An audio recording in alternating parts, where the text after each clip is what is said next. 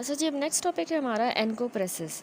ठीक है, एनकोप्रेसिस जिसको आसान लफ्ज़ में हम कहें फीकल इनकंटिनेंस को कहते हैं। ठीक है, अब देखें केस है, सबसे पहले 5 साल बच्चा है, बच्ची है, ठीक है, 5 year old girl presents with the complain of soiling. ठीक है, उसके कपड़े जो हैं सॉइल हो गए हैं और हर parents had separated when she was 2 year old, यानी उसके पेरेंट्स अलग हो गए थे। यानी यहाँ पर एक साइकोलॉजिकल फैक्टर बता रहा है कि वो सेपरेट हो गए थे जब वो 2 साल की थी। She was not toilet trained at that age. ठीक है, वो टॉयलेट ट्रेंड नहीं थी।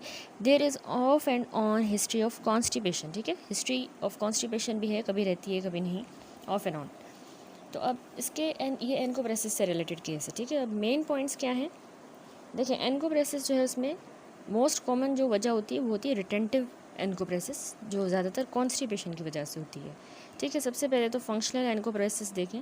इसकी डेफिनेशन कैसे है, functional encopresis is defined as the repeated passage of faeces in inappropriate places by a child of at least the developmental equivalent of age 4। यानी actually ये एक ऐसी कंडीशन होती है जिसमें बच्चा जो 4 साल की उम्र का होता है वो रिपीटेडली स्टूल पास करता है इनएप्रोप्रिएट जगहों पे। जैसे अंडरवेयर में वो मतलब स्टूल पास कर देगा, या तो इंटेंशनली या अनइंटेंशनली। ठीक है, डिस्पाइट वो टॉयलेट ट्रेंड भी है लेकिन वो स्टूल पास कर देता है। ठीक है, इनअप्रोप्रिएट प्लेसेस पे है वो एटलीस्ट 4 साल का। ठीक है, इस एज पे जो है वो टॉयलेट ट्रेंड होते हैं अक्सर। तो एक बड़ी वजह इसमें होती है कॉन्स्टिपेशन। ठीक है, कॉन्स्टिपेशन की वजह से जो है ना एनकोप्रेसिस होता है, लेकिन और भी वजूहत हैं। ठीक है, लेकिन मेन रीज़न इसमें क्रोनिक कॉन्स्टिपेशन होती है, जिसने आगे ही एक्सप्लेन की है कि रिटेंटिव एनकोप्रेसिस। देखिए रिटेंटिव एनकोप्रेसिस जिसको हम साइकोजेनिक मेगा कॉलन भी कहते हैं, चाइल्ड विथहोल्ड्स बाउल मूवमेंट्स। ठीक है, वो मतलब जैसे खेल रहे होते हैं बच्चे, वॉशरूम नहीं यूज़ करते, वो विथहोल्ड कर रहा है बाउल मूवमेंट्स को, वॉशरूम यूज़ नहीं कर रहा, स्टूल पास नहीं कर रहा, उसने कंट्रोल किया हुआ है। Leading to development of constipation, उसकी वजह से उसको कॉन्स्टिपेशन हुई। कॉन्स्टिपेशन जो है हुई तो वो फीकल इम्पेक्शन हो गई, यानी वो उसने जो है स्टूल विथहोल्ड करके रखा था जिसकी वजह से बिल्डअप हो गया फीसिस का रेक्टम में। ठीक है, तो वो उसने इम्पेक्शन करवा दी। अब क्या होता है, फीसेस जो है इम्पैक्ट हो गई हैं और जो सॉफ्ट और लिक्विड फीसेस हैं वो उस इम्पैक्टेड फीसेस के सराउंडिंग से सीप करके बाहर आ जाती हैं और अंडर क्लोथिंग ख़राब हो जाती है। एक्चुअली देखें उसमें उसने जो है फीसेस जो है रिटेन हो रही हैं तो उसकी वजह से सेंसेशन लॉस हो जाती है। ठीक है, रेक्टम की। और ठीक है, ये इसका सारा प्रोसीजर है कि यानी बच्चा जो है अपने स्टूल को, उसने बहुत सी रीज़न हो सकती है, बच्चे जो है उन्होंने विथहोल्ड किया स्टूल को, जैसे अगर प्रीवियस पेनफुल बाउल मूवमेंट थी, या वो टॉयलेट यूज़ नहीं कर रहा फियर की वजह से, या खेल कूद की वजह से मतलब वो यूज़ नहीं कर रहा, तो विथहोल्ड करने की वजह से अब क्या होगा कि उसने स्टूल होल्ड किया है, कॉलन जो है वो लॉन्गर होगा, वाटर को ज़्यादा एब्जॉर्ब करेगा, तो स्टूल हार्ड और ड्राई हो जाएगा। ठीक है, मतलब वाटर जो है एब्जॉर्ब हो जाता है क्योंकि वो होल्ड हुआ हुआ है वहाँ पे स्टूल, तो स्टूल पीछे ऑब्वियसली हार्ड होगा, ड्राई होगा, तो स्टूल हार्डनिंग हो रही है, इम्पैक्शन हो जाएगी। ठीक है, अभी जो बिल्डअप हुआ है large hard mass of stool का, वह रेक्टम को स्ट्रेच करेगा और लोअर कॉलन को, तो उससे नर्व डिसेंसिटाइजेशन होगी। यानी वो जो रेक्टम वगैरह स्ट्रेच हो रहे हैं ना, तो कॉलन की नर्व्स लेस सेंसिटिव होंगी और बच्चा जो है वो उसको अर्ज फील ही नहीं होगी टू हैव बाउल मूवमेंट। ठीक है, तो उसके नतीजे में फिर क्या होगा कि वो जो इम्पेक्टेड मास है उसके सराउंडिंग से जो सॉफ्ट या लिक्विड स्टूल है वो उस बीच वाले हार्ड स्टूल की साइड से निकल के बाहर आ जाएगा और चाइल्ड के अंडरवेयर को सॉइल कर देगा। ठीक है, अब पेरेंट्स इसको कभी कभार डायरिया के लिए भी मिस्टेकन कर लेते हैं। ठीक है, तो ये है रिटेंटिव इनकोप्रेसिस जो कॉन्स्टिपेशन की वजह से होता है, ये इसका पूरा जो है मैकेनिज्म है। तो इसमें वैसे बच्चे के यही होंगे सिम्टम्स वगैरह कि उसको कॉन्स्टिपेशन होगी विथ हार्ड ड्राई स्टूल, और जो है एब्डोमिनल पेन या ब्लोटिंग, लॉस ऑफ एपेटाइट।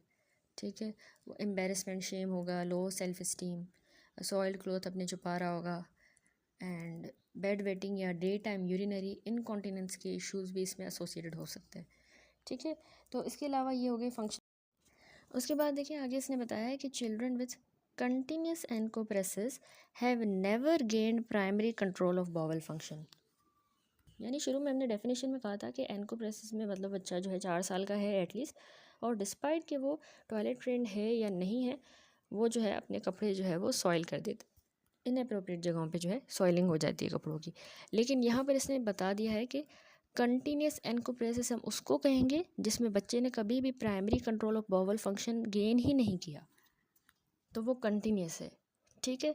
लेकिन एक बार बच्चे को हिस्ट्री है, नॉर्मल बॉवल कंट्रोल था उसका एक्सटेंडेड पीरियड तक, फिर वो कंट्रोल लॉस हो गया है in response to a stressful event, जैसे सेपरेशन हो गई है या फैमिली इलनेस की वजह से, कोई भी ऐसा स्ट्रेसफुल इवेंट है बच्चे के लिए जिसकी वजह से उसका ये कंट्रोल फिर बाद में लॉस हुआ है, पहले होता था, तो उसको कहेंगे डिसकंटिन्यूस एनकोप्रेसिस, ठीक है। पहले उसका अच्छा कंट्रोल था, वो जो है बॉवल कंट्रोल था उसका, वॉशरूम जाके ही जो है वॉशरूम यूज़ करता था, उसको कंट्रोल था, तो वो अब अगर लॉस ऑफ कंट्रोल हुआ है किसी भी स्ट्रेसफुल इवेंट की वजह से तो उसको डिसकंटिन्यूस कहेंगे। लेकिन अगर बच्चे का कभी भी बॉवल कंट्रोल था ही नहीं और उसको एनकोप्रेसिस हुई है तो उसको हम कंटिन्यूस एनकोप्रेसिस कहेंगे। In the infrequent case of toilet phobia, a young child views the toilet as a frightening structure to be avoided, ठीक है। कुछ केसेस में कह रहा है कि टॉयलेट फोबिया भी होता है, जैसे बच्चों को जो है ना वो टॉयलेट एक डरावनी चीज़ लग रही होती है जिसकी वजह से वो नहीं यूज़ करते, कंट्रोल करके रखते हैं, और यही रिटेंटिव एनकोप्रेसिस और ये सब साइकिल रिपीट होता है, ठीक है। टॉयलेट ना यूज़ करने की वजह से फिर वो बहुत सी वजूहत आ जाती हैं, तो एक वजह इसने कहा टॉयलेट फोबिया भी है। अब आप कैसे करेंगे क्लिनिकल असेसमेंट? सबसे पहले एनकोप्रेसिस में तो हमने डिटेल्ड बॉवल हिस्ट्री चाहिए होती है, ठीक है। बच्चे की एज जिस पे उसकी टॉयलेट ट्रेनिंग हुई, ठीक है, जब इसकी टॉयलेट ट्रेनिंग अगर करवाई गई थी, बच्चा ट्रेंड है, तो उस कौन सी एज पे उसको टॉयलेट ट्रेन करवाया गया। दूसरा, इसकी फ्रीक्वेंसी ऑफ बॉवल मूवमेंट्स कैसी है, ठीक है, मतलब वीक में पर वीक या पर डे जो है हम पूछेंगे कितनी बार जो है इसको बॉवल मूवमेंट्स आती हैं, फ्रीक्वेंसी पूछनी है। इसके अलावा हिस्ट्री ऑफ कॉन्स्टिपेशन लाजमी लेनी होती है एनकोप्रेसिस में, ठीक है, क्योंकि मेन रीज़न जिस तरह रिटेंटिव में वजह ही कॉन्स्टिपेशन है, ठीक है। और इसके अलावा डिस्क्रिप्शन ऑफ दी स्टूल्स, उसके बारे में भी हम डिटेल लेंगे। तो ये हिस्ट्री हो गई। अब फिज़िकल एग्जामिनेशन में हमने ग्रोथ पैटर्न, ठीक है, असेसमेंट, ग्रोथ पैटर्न की असेसमेंट, बच्चे की न्यूरोलॉजिकल एग्जामिनेशन जिसमें इवेल्युएट करना है हमने उसका lower limb deep tendon reflexes, ठीक है। इसी तरह हम एब्डोमिनल एग्जामिनेशन भी करेंगे, रेक्टल एग्जामिनेशन भी करेंगे, उसमें हम स्फिंक्टर की tone, presence of stool in the rectal ampulla, ये चीज़ें हमने चेक करनी है, ठीक है। ये फिज़िकल एग्जामिनेशन ऑफ एनकोप्रेसिस में आ जाता है, ठीक है। Growth pattern assessment, neurologic examination, lower limb deep tendon reflex, abdominal examination and rectal examination. अब यहाँ पर हमारा डिफरेंशियल डायग्नोसिस क्या बनता है? एक तो हिर्शप्रंग डिजीज़। अच्छा, अब इसमें देखिए डिफरेंशियल डायग्नोसिस, वैसे हिर्शप्रंग डिजीज़, ठीक है। हिर्शप्रंग डिजीज़ वैसे तो कंजेनिटल कंडीशन होती है ना जिसमें लार्ज इंटेस्टाइन में नर्व सेल्स मिसिंग होते हैं, ठीक है, तो मसल की कॉन्ट्रैक्शंस करवाती हैं और स्टूल को मूव करती हैं। अगर वो नर्व्स नहीं होंगी तो स्टूल बिल्डअप हो जाएगा और सीवियर कॉन्स्टिपेशन होगी।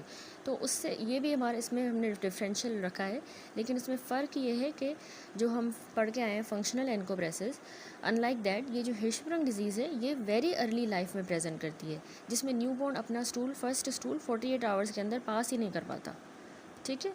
तो बड़े बच्चे जो होंगे उनमें हिस्ट्री होगी क्रोनिक सीवियर कॉन्स्टिपेशन की, जो कि ट्रीटमेंट को भी रिस्पॉन्ड नहीं कर रही, यानी एनकोप्रेसिस में तो हम आगे देखेंगे, हम ट्रीटमेंट देते हैं लेक्सेटिव्स वगैरह, तो ये हिर्शप्रंग अगर होगा तो वो उससे रिस्पॉन्ड नहीं करेगा, फिर उसमें हमें रेक्टल बायोप्सी करके कंफर्म करना होता है कि वाकई नर्व सेल एब्सेंट है, ठीक है। दूसरा हमारा डिफरेंशियल है न्यूरोलॉजिकल डिसऑर्डर, ठीक है। न्यूरोलॉजिक में बहुत से आते हैं जिसमें बॉवल फंक्शन का कंट्रोल, मतलब वो वाली नर्व्स अफेक्ट हो जो बॉवल फंक्शन को कंट्रोल करती हैं, तो यानी न्यूरोजेनिक बॉवल हो जाता है। तो जैसे स्पिना बाइफिडा है, स्पाइनल कॉर्ड की इंजरीज़ हो जाएं, सेरेब्रल पाल्सी, तो इसलिए न्यूरोलॉजिकल डिसऑर्डर्स भी हमारे इसमें डिफरेंशियल में आ जाते हैं, ठीक है। इसके अलावा हाइपोथायरॉयडिज़म। अब हाइपोथायरॉयडिज़म जो है ना उसमें मतलब थायराइड कम है तो उस मेटाबॉलिज्म और मोटिलिटी कम हो गई है, तो उससे क्रोनिक कॉन्स्टिपेशन होती है, ठीक है। इसीलिए हमने इसको भी डिफरेंशियल में रखा है कि कॉन्स्टिपेशन की वजह ये है, लेकिन उसमें हमें फिर बाकी चीज़ें भी मिलेंगी बच्चे में, हाइपो वाले सारे साइंस एंड सिम्टम, तो ये भी एक डिफरेंशियल है। Hyper calcaemia. अब हाइपर कैल्सीमिया में हमने हमेशा पढ़ा है कि उसमें जो है कॉन्स्टिपेशन होती है, वॉमिटिंग और पुअर एपेटाइट, ठीक है, कैल्शियम लेवल ज़्यादा होने की वजह से, और इसके अलावा थर्स्ट भी ज़्यादा होगी, यूरिनेशन ज़्यादा होगी, लिथार्जी, ठीक है। Anal fissure which cause with holding of bowel movements. ठीक है, अब एनल फिशर टीयर हो गया है ना एनस की लाइनिंग में, तो हार्ड स्टूल बच्चा पास नहीं कर पा रहा, उसको पेन होता है उसको, तो इसलिए उसने कंट्रोल किया हुआ है और उसकी वजह से उसको कॉन्स्टिपेशन हो रही है और ये एनकोप्रेसिस हो रहा है। ठीक है, तो एनल फिशर भी इसमें डिफरेंशियल में आ गया। ये हो गई इसके एनकोप्रेसिस के डिफरेंशियल डायग्नोसिस। अब उसके बाद देखिए मैनेजमेंट हमने किस तरह ट्रीट करना है। अच्छा, with the most common type of encopresis जो थी ये रिटेंटिव टाइप, जो कॉन्स्टिपेशन की वजह से होता है, उसमें एफर्ट यही हम करते हैं कि स्टूल को सॉफ्टन करवाएं। ठीक है, कैसे, इनेमास देते हैं और लेक्सेटिव्स देते हैं ताकि कॉन्स्टिपेशन जो है और पेनफुल डिफिकेशन का मसला जो है वो हल हो जाए। ठीक है, तो रिटेंटिव एनकोप्रेसिस हो ही कॉन्स्टिपेशन की वजह से रही है, तो उस पर हमारी ये डिफरेंट अप्रोचेस होती हैं। ठीक है, तो इसमें कह रहा है कि इनेमास एंड लेक्सेटिव्स या जो स्टूल सॉफ्टनर्स होते हैं विल रिमूव रिटेन्ड स्टूल।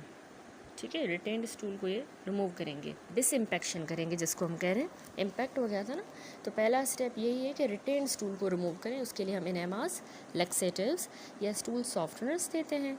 ठीक है, और मिनरल ऑयल भी यूज़ किया जा सकता है इस पर्पज़ के लिए। ठीक है, मिनरल ऑयल 1 से 2 टेबल स्पून ट्वाइस डेली दिया जाता है with gradual discontinuation after 4 to 6 month. ठीक है, 4 से 6 महीनों के बाद जो है ग्रेजुअली इसको फिर डिसकंटिन्यू किया जाएगा।